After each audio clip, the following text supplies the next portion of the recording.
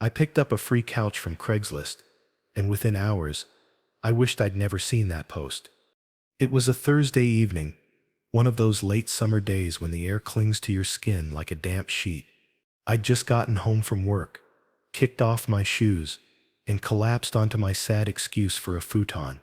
The thing practically folded in on itself, springs poking my back, fabric worn thin. I remember thinking I need a new couch, like now. I was named as exactly flush with cash, so I went straight to Craigslist. Free section. First post I see. Sleek, modern couch. Dark gray, like new, moving out. Couch must go tonight. No calls, just come. No photo, no details, just an address about 30 minutes outside Portland.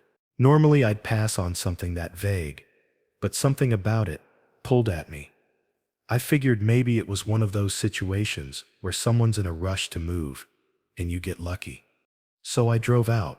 Sun was dipping low by the time I hit the neighborhood, one of those older, quiet pockets of the city where everything looks half-finished. Cracked sidewalks, paint-peeling fences. The address took me to a single-story house that looked like it had been abandoned mid-renovation. Plastic sheeting flapped over the windows, tools scattered across a lawn gone wild with weeds. No car in the driveway. There was no one around, no porch light, just an open garage, and inside, sitting dead center like it had been staged, was the couch. It looked exactly like the post said. Sleek, dark gray, clean, weirdly pristine. Actually, considering the mess everywhere else, it was already wrapped in plastic, which I thought was convenient. I called out a few times. Hello? Anyone home? Nothing. Just wind brushing dead leaves across the concrete. I should have left. I know that now, but I loaded the couch into my truck and took off before it got completely dark.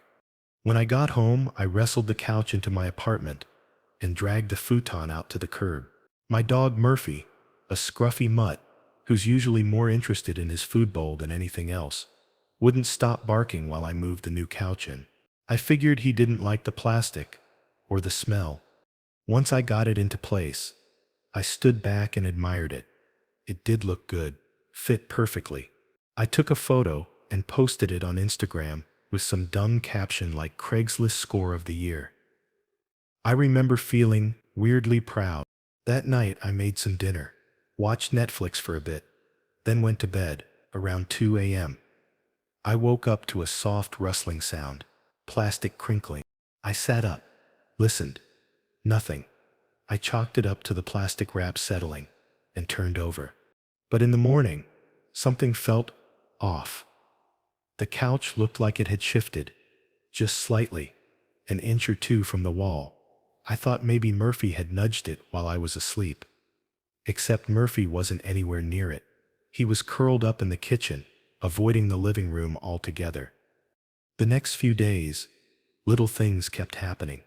When I sat on the couch, I'd sometimes hear these faint ticks, like tapping, but deep inside the frame, random, uneven, like something shifting slowly. I'd pause whatever I was doing and just listen. But when I leaned in, it always stopped. Murphy stopped entering the living room entirely. He'd just sit at the threshold, ears flat, tail low. I even tried coaxing him with treats. He wouldn't budge. I told myself it was all in my head. New furniture creaks, right. Old buildings settle. Maybe the plastic was rubbing against the floor. Still, one night, I couldn't shake it. Around 1:30 a.m., I heard it again. That same soft tapping, barely audible. I turned off the TV, muted everything, and sat in the dark. The sound continued. I grabbed my phone, turned on the flashlight, and scanned the couch. Nothing. I pulled it forward, tilted it. No signs of pests, but the sound had stopped again. The next morning, I called an exterminator, told him I suspected mice or something living inside the couch. He came by, did a full inspection, pulled it apart as much as he could without damaging it. He found nothing. No droppings, no nests. Said the insulation in my walls was old, might be carrying sound in weird ways. That evening, I couldn't stop thinking about the noise, about the fact that Murphy wouldn't go near it, about how the couch had been sitting alone in an empty garage, already wrapped. I grabbed a box cutter. I turned the couch over and sliced a neat line across the underside, right where the fabric was stapled tight against the frame. Dust poured out. The smell hit next, stale dry like old wood mixed with something sour. Then I saw it. A small square compartment, clearly man-made, hidden beneath the cushions, inside the wooden frame. I reached in and pulled out a bundle, wrapped in wax paper, taped shut. My hands were shaking as I peeled it open. The first thing I saw was an old Polaroid. A woman, maybe late 20s, looking into the camera with swollen eyes and a bruised cheek. Her lip was split. She looked terrified. Underneath that was a crumpled sheet of paper, a child's drawing in red crayon, a stick figure, lying down, surrounded by red scribbles. Next to it, a lock of blonde hair, taped to a yellowing index card with a single name scribbled in fading ink. Emma. I backed away and dropped the knife. I don't remember much after that, just pacing, sweating, trying to figure out if I should call someone, or if I was losing my mind. Eventually, I did call. The police took it seriously. They sent someone that same night, took the couch, the contents, everything. Turns out, the house I picked it up from had been abandoned for over a decade. The neighbors thought it was in probate or something. The last person listed at that address was a man named Richard Halston. He went missing in 2012. Never found.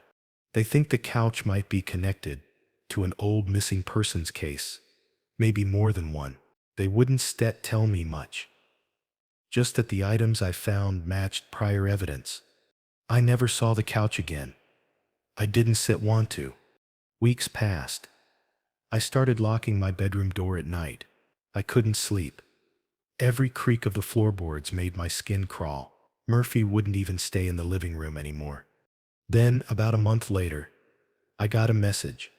It was an Instagram DM from an account with no profile picture, no followers, just one message. You shouldn't have opened it. I stared at the screen for what felt like hours. The account was gone by morning. Deleted. I showed the cops. They couldn't trace it. Said it might have been a prank. But I can help wondering.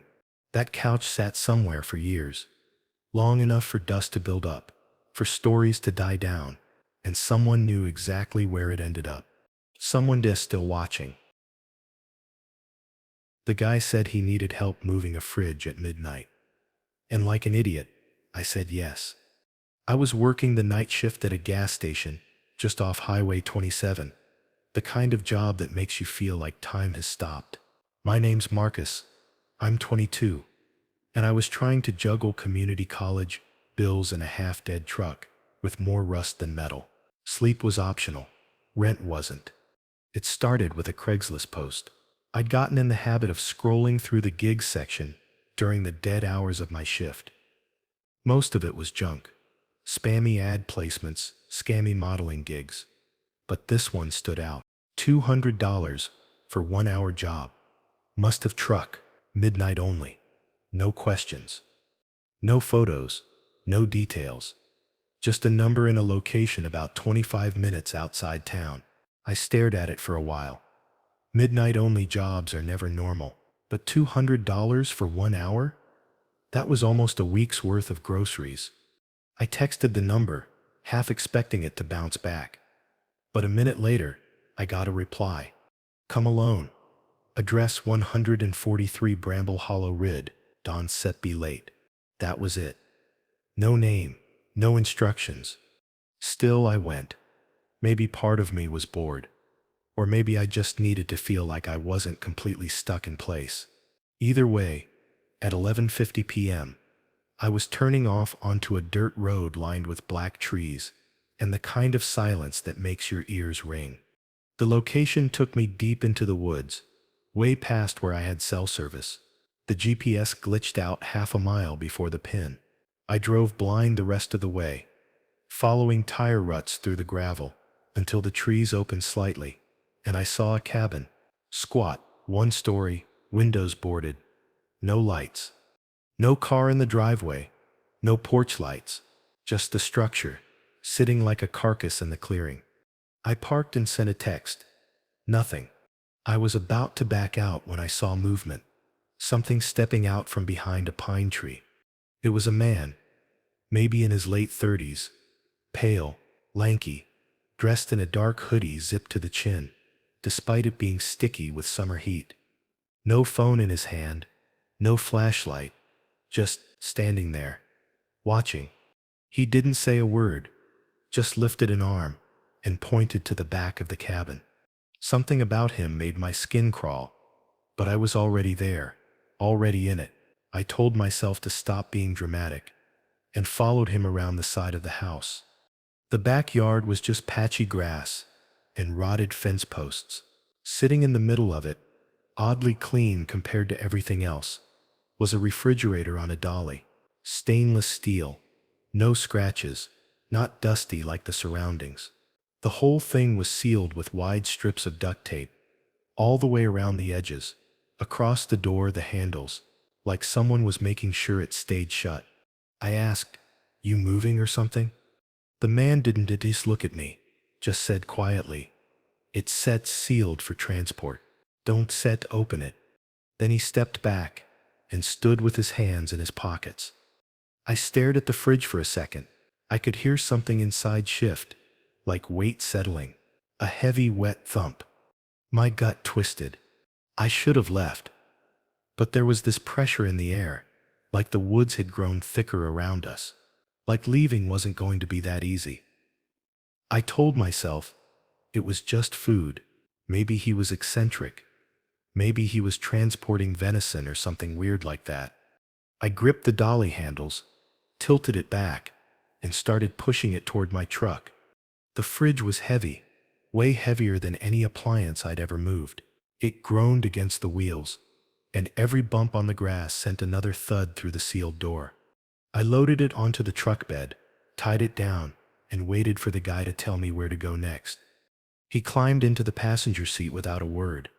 We drove in silence. The only directions I got were from him pointing. Left here, right there. After about 10 minutes of weaving through more woods, we came to a small wooden bridge over a shallow creek, the kind of place you'd never find unless you already knew it was there. "Back it in," he said. I did. Slowly. When I stopped, he hopped out and motioned for me to follow. Then he pointed to the edge of the bank, where the mud sloped down to the water. "I need help pushing it in," he said. My brain tried to catch up. "What, you want me to dump it? Into the creek?" He just nodded, like this was the most normal request in the world.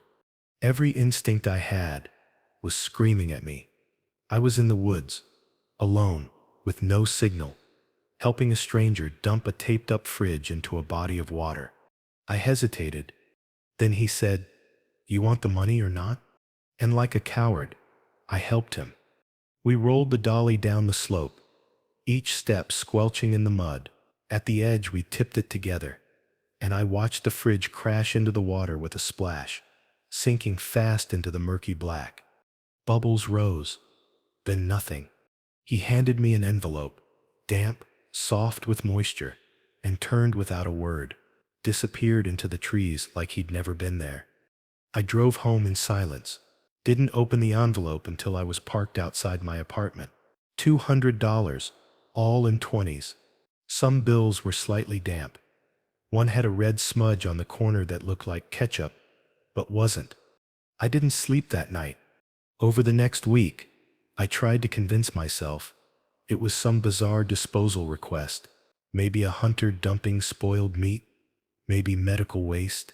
I looked up local missing persons, but didn't find anything recent. Still, I couldn't shake the sound that fridge made, the heaviness of it, that wet thump. Eventually, I tried calling the number again. Disconnected. The Craigslist post had vanished too. I filed an anonymous tip with the sheriff's office, but without a plate number, address, or name, there wasn't much to say. I didn't even know what county we were in at that creek. Months passed. I buried it, tried to forget. Then in October, I was scrolling through local news and saw a headline that stopped me cold. Body of missing 14-year-old girl found in submerged refrigerator. It was in the same area I'd driven to that night. The article was short. Said hikers found the fridge caught in a bend of the creek. Said police were investigating it as a homicide.